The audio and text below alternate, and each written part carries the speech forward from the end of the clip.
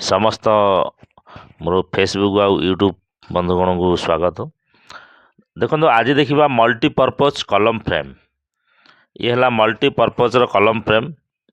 याकू झाड़ू साहाय्य सफा करा जाउची कहीं ता एबे डिशटरिंग होइची।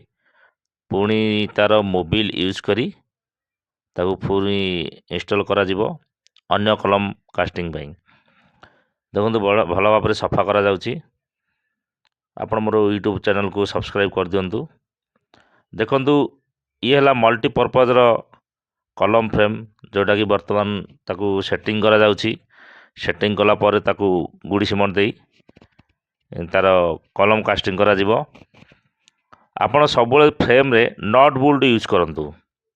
देखो नट बोल्ट यूज करने द्वारा आपण फ्रेम केबेले क्षति होब नहीं, आपण कलम मध्य ठीक रहिबो। केबेले वायर व्यवहार करेंगे कहीं आम केते जगह देखीचु जे बहुत मिस्त्री लोग नट बोल्ट फिंगाड़ी दियंती आउ सेठी आमर बाइंडिंग वायर बांध दियंती। देखो ये कलमटा 9x12 मध्य कास्टिंग करहब, 9x16, 9x18 तक तीनटा ये तीन प्रकार ये मल्टीपर्पज कलम फ्रेम जी भी हो भड़ा को देइचंती से हिसाब से करचंती। आपण दयाकोरी मोर फेसबुक पेज को फॉलो कर दिंतु। देखो तार डिशटरिंग है बहुत माने बहुत फिनिशिंग माने गुड फिनिशिंग आसी कहीं एटा नुआ नुआ फ्रेम अच्छी शटरिंग ऑयल यूज कराई।